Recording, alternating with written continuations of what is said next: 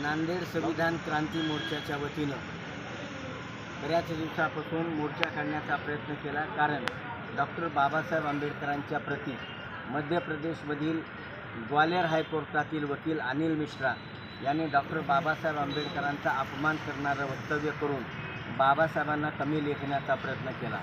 बाबा साहब आंबेडकर गंदा आदमी है, बाबा साहब आंबेडकर की हस्ती को मिटाना है, बाबा साहब आंबेडकर के संविधान को मिटाना है, अशा त्यानं वल्गना केल्या। मला असं वाटतं की अनिल मिश्राच्या बापाची सुद्धा हिंमत नाही संविधान बदलण्याची किंवा डॉक्टर बाबासाहेब आंबेडकरांना काहीतरी धक्का लावण्याची। डॉक्टर बाबासाहेब आंबेडकर जिवंत नाहीत, मेलेल्या बाबासाहेब आंबेडकरांच्या विरोधामध्ये बोलण्याची हिंमत त्यांनी करणं म्हणजे मूर्खपणाचा कळस आहे।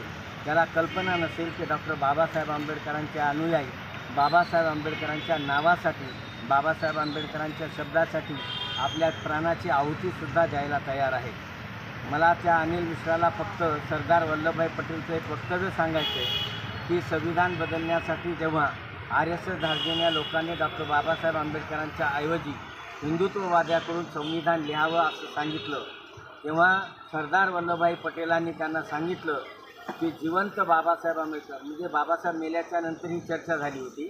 सरदार वल्लभभाई पटेलांनी त्यांना सांगितलं की जिवंत बाबासाहेब आंबेडकरापेक्षा मेलेले बाबासाहेब खूप खतरनाक आहे, कारण तुम्ही त्यांचा मुकाबला करू शकत नाही। करोडो लोक बाबासाहेबांचे अनुयायी रस्त्यावर येतील आणि तुम्हाला पळता थोडी होईल, म्हणून तुम्ही तुमचे जीव वाचवा आणि डॉक्टर बाबासाहेब आंबेडकरांच्या प्रती अपशब्द बोलण्याचा प्रयत्न करू नका।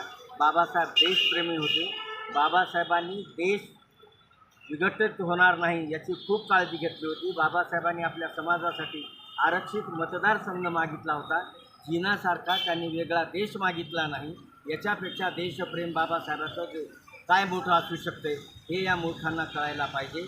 आणि या अनिल मिश्राच्या पाठीमागं संघीय विचारधारा आहे, नरेंद्र मोदी अमित शहा यांचा सत्तेचा आधार आहे आणि याच्यावर तो बोलण्याचा प्रयत्न करीत आहे, म्हणून त्याचा तीव्र निषेध करतो आणि माननीय जिल्हाधिकारी आणि पोलीस अधीक्षक यांना विनंती करतो की नांदेडमध्ये मला त्याच्या विरोधामध्ये गुन्हा दाखल करायचा अट्रॉसिटीचा आणि देशद्रोहाचा, त्याची परवानगी आम्हाला त्यांनी द्यावी आणि आमचा गुन्हा दाखल करून घ्यावा, अशा पद्धतीची आग्रही मागणी आम्ही त्यांच्याकडे केली आहे।